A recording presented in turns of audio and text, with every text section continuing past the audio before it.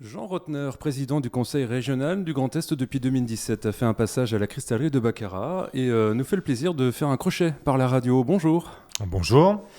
Ce sont donc les cristalleries de Baccarat qui vous ont fait venir sur notre territoire. Peut-on savoir dans quel contexte ?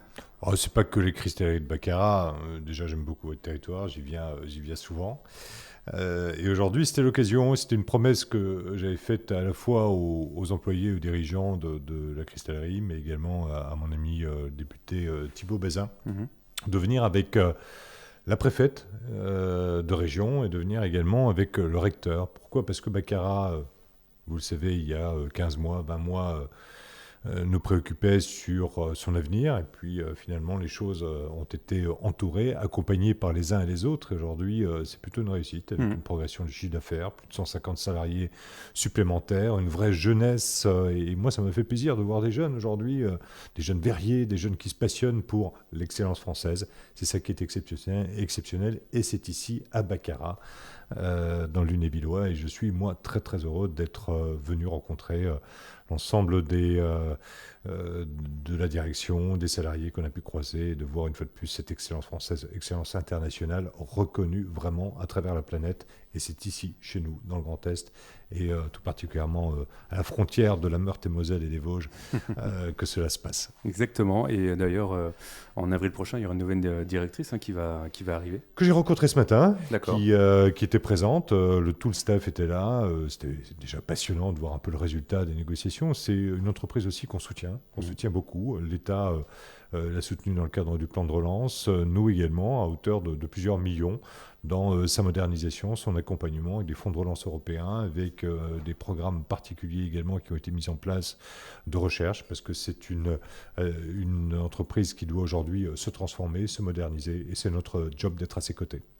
C'est ça, parce que c'est vrai, c'est une vitrine, l'une des vitrines de l'excellence pour aussi Oui, la région. moi, le terme vitrine, j'aime pas C'est vrai. trop. Je préfère, oui, c'est l'excellence Ouais. de notre territoire. C'est l'excellence industrielle. C'est ce qui nous projette à l'international. Le marché aujourd'hui américain est un des marchés les plus forts, d'ailleurs, pour Baccarat. Marché asiatique, on le sait, il y a beaucoup de contraintes internationales, les États-Unis contre la Chine. C'est un marché incertain, mais qui est toujours présent. Le Japon est un des premiers marchés aussi de Baccarat. Donc, il est important, bien nous, d'être à côté d'une entreprise de ce type en termes de formation, en termes de jeunesse. Ils cherchent aujourd'hui 15 verriers. Il va falloir qu'on les fournisse. Il va falloir qu'on soit à leur côté en termes de formation. C'est important, c'est majeur. Et on a, dans ce domaine du verre, du cristal, une excellence absolument exceptionnelle ici, dans notre territoire, à l'est de la France. On va d'ailleurs le faire savoir, je vous l'annonce, puisqu'on est dans l'année internationale du verre.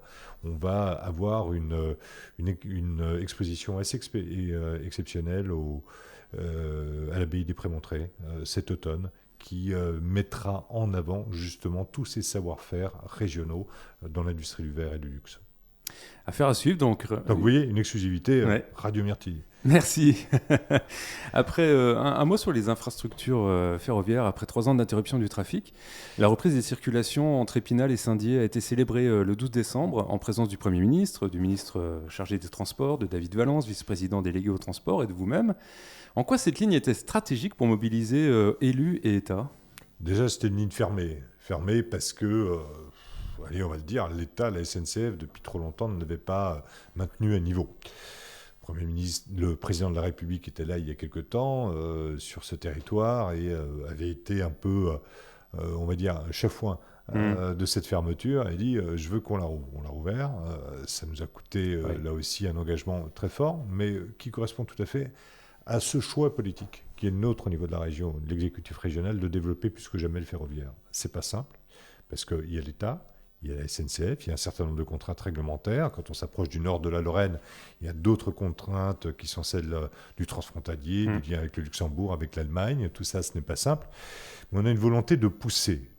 On a 100 trains supplémentaires sur notre réseau depuis le 1er janvier. On a une politique tarifaire qui vise à, sous réserve de prendre une carte, à avoir des demi-tarifs, à avoir plus de trains le week-end, à renforcer tout cela, parce que notre objectif à la fin du mandat, c'est 50% de trains supplémentaires sur tout le réseau. Je vous dis que c'est pas très simple. C'est pas très simple avec la SNCF tous les jours. Tous les jours. Un de mes collaborateurs dans le studio qui me regarde, mais ce matin même, je lui envoie déjà un tweet parce qu'il y a un incident sur le réseau. Je suis extrêmement attentif à toutes ces remontées sur les réseaux sociaux, sur ces gens qui ne sont pas satisfaits de la qualité de service que nous leur devons, que la SNCF leur doit. Pourquoi ? Parce que nous ne sommes pas en lien direct. Finalement, c'est la SNCF qui fait rouler nos trains.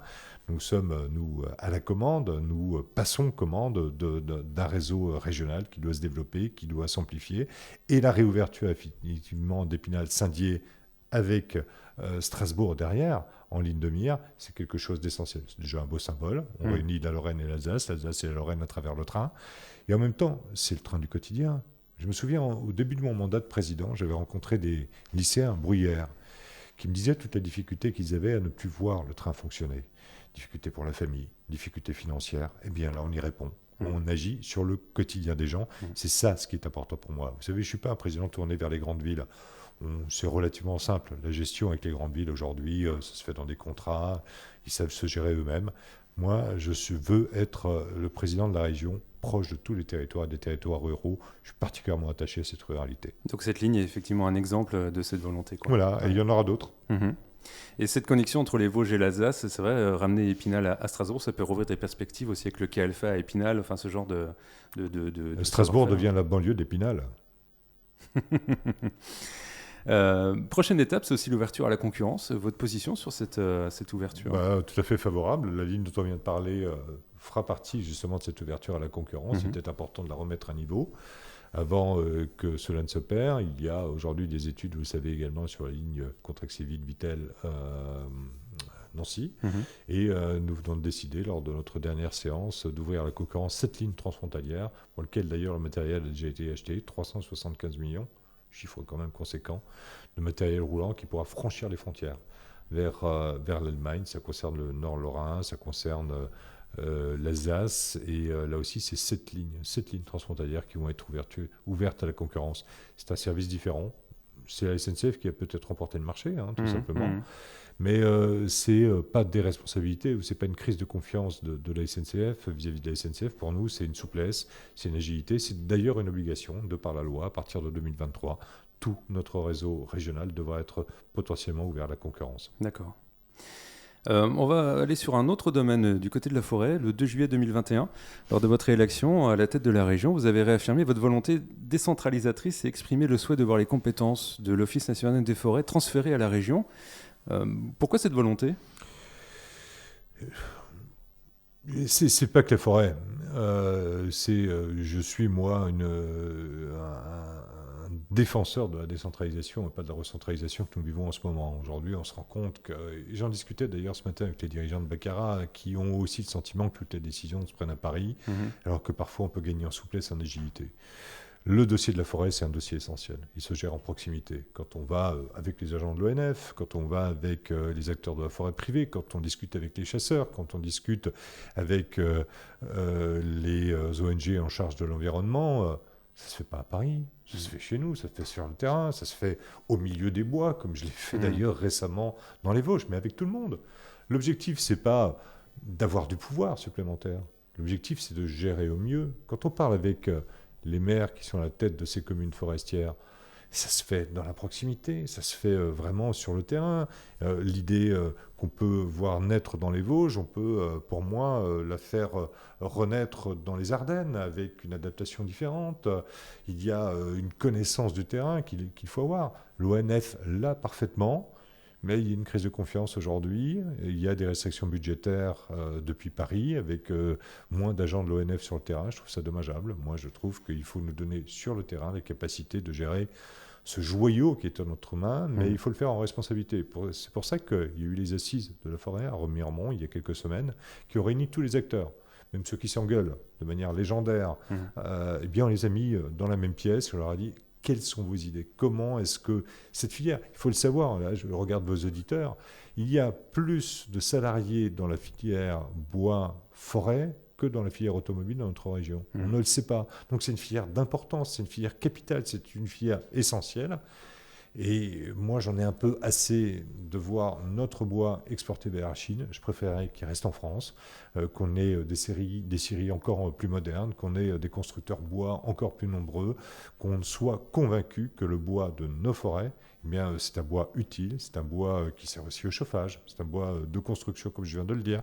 C'est aussi un bois nature dans lequel on peut se promener, dans lequel on peut bien vivre, dans lequel qui couvre nos montagnes, nos forêts, nos plaines. Eh bien, tout cela, c'est notre terroir et je crois qu'il faut le défendre et nous organiser en proximité. Comment l'accueillent les agents, du coup, votre volonté? Reprécisez-moi juste votre question. Les agents de l'ONF, les gardes Ouais, forestiers ça peut se faire dans un cadre d'un transfert de compétences avec un service comme on a déjà accueilli d'autres services de l'État, par exemple les agents des lycées qui hier appartenaient ou étaient rattachés à l'État et qui aujourd'hui sont rattachés à la région. Mais ça c'est très bien organisé. Donc la volonté, c'est de récupérer les cartes en main pour pouvoir... C'est pas de récupérer, encore une fois, pour récupérer. C'est d'être pour pouvoir organisé agir. le plus agilement possible, en proximité avec les réalités du terrain. D'ailleurs, dans un cadre national, on peut garder un cadre avec une ONF qui gère la forêt et une stratégie nationale. Moi, ça me va tout à fait bien, mais une déclinaison opérationnelle qui soit beaucoup plus régionale, en phase avec les élus que nous sommes. Vous savez, on fait partie de la même équipe de France. L'État et les collectivités. Et il serait temps que l'État se rende compte que s'appuyer sur les collectivités, c'est au contraire un gage d'efficacité. S'appuyer sur les maires, les conseillers départementaux, les conseils régionaux, c'est un gage d'efficacité, de proximité. Et que nous, collectivités, on ne doit pas toujours être dans la demande vis-à-vis de l'État, dans la revendication, mais dans l'apport de solutions. C'est une des solutions que j'apporte à l'État. D'autant que l'enjeu est hautement stratégique, avec notamment la crise des scolytes, qui a ravagé les résineux et qui continue à le faire. Oui, mais il n'y a pas que les scolytes. Il y a aujourd'hui effectivement de nouvelles espèces, le réchauffement climatique qui est là, même dans les feuillus, une réflexion sur ce que nous devons planter aujourd'hui, parce qu'on ne réfléchit pas pour l'immédiat, on réfléchit pour nos enfants, on réfléchit pour dans 30 ans, dans 40 ans, dans 50 ans. C'est une ressource absolument exceptionnelle, mais c'est des décisions qu'il faut prendre là, maintenant, et il ne faut pas tergiverser. Un mot sur l'Alsace, qui doit sortir du Grand Est pour redevenir une région à part entière. C'est la question à laquelle les Alsaciennes sont invités à répondre jusqu'à mi-février en ligne. Alsacien vous-même et président de la région, cette situation doit vous mettre dans une situation un peu délicate, non ? Écoutez, d'abord, permettez-moi de vous reprendre. Les Alsaciens veulent sortir. Moi, je n'ai pas l'impression que lors des dernières élections régionales, les Alsaciens aient montré par leur vote leur envie de sortir du Grand Est. Ils m'ont réélu. Celles et ceux qui prenaient effectivement cela ne l'ont pas été, ont fait des scores plus que décevants. Et je crois à la démocratie. Voilà. Maintenant qu'il y ait quelques acteurs politiques que je gêne peut-être, que le Grand Est gêne, oui, certainement. Ça montre qu'on est efficace, ça montre qu'on décline nos politiques, qu'on est ouvert à toutes et tous. Juste, le budget de la région cette année va encore être à hauteur de 3,5 milliards d'euros. Cet argent, il retourne vers les territoires, quels qu'ils soient, en fonction de leur dynamisme, en fonction de leur engagement. Et nous sommes égaux pour tout le monde et bienveillants pour tout le monde. Donc que certains acteurs politiques soient gênés par une présence efficace de la région, je le conçois, qu'ils le manifestent comme ça, c'est plutôt décevant, et moi je les invite surtout à réfléchir sur leur propre action politique, et j'ai fait un deal, ça s'appelle effectivement le contrat de Matignon. J'ai signé avec le Premier ministre, avec les deux présidents des conseils départementaux en Alsace à l'époque, qu'ils en tiennent déjà compte et qu'ils réalisent déjà les objectifs qui sont fixés dans ce contrat. Quand je signe un contrat, eh bien je le réalise, et moi je tiens compte de ce que je signe, qu'ils fassent de même. Pour terminer, puisqu'on est encore dans la période des vœux, voilà, qu'est-ce que vous souhaitez aux habitants du territoire qui nous écoutent en tant que écoutez, président ? déjà, je suis chez vous et je suis super content d'être chez vous. Il fait beau, le soleil brille, c'est un paysage absolument magnifique. Je crois qu'aujourd'hui, on a besoin de bienveillance, d'optimisme, de solidarité. je vis un peu mal cette notion de pays qui se fracture de plus en plus. On a le droit de ne pas être d'accord, débattons-en. On a le droit, effectivement, de ne pas être forcément sur la même ligne. Mais on a besoin de lieux de confrontation, pas de lieux d'affrontement. Et je souhaite simplement, et je regarde notre région dans sa globalité, elle évolue plutôt bien, elle évolue économiquement vers des phases de succès. On parlait de Baccarat, c'est un des succès que je cite souvent. Il y en a plein d'autres. On a des chefs d'entreprise qui investissent, on a des associations qui sont là, on a des manifestations et des acteurs culturels qui sont présents. Vous êtes, vous, Radio Myrtille, l'illustration même que bien dans la ruralité, ici, dans un village de 500 habitants, bien il peut y avoir une vie, pour peu qu'on se prenne en charge, qu'on ait une réflexion collective, citoyenne, responsable. On se dit, ok, bien, il y a des contraintes, certes, il y a des difficultés, certes, mais on a chacun une responsabilité individuelle dans un collectif. Ma responsabilité individuelle, c'est celle que j'ai prise comme président de région, dans une responsabilité collective, celle aujourd'hui de faire briller l'Est de la France, notre région, la rendre beaucoup plus attractive, désirable, que celles et ceux qui y habitent puissent bien y vivre. Et c'est ce mieux vivre et cette bienveillance que j'essaie simplement de développer dans mon quotidien. Et c'est ce que je souhaite, en tout cas, à tous vos éditeurs. Une belle et bonne année. Merci d'être passé par nos studios. Merci à vous pour votre accueil.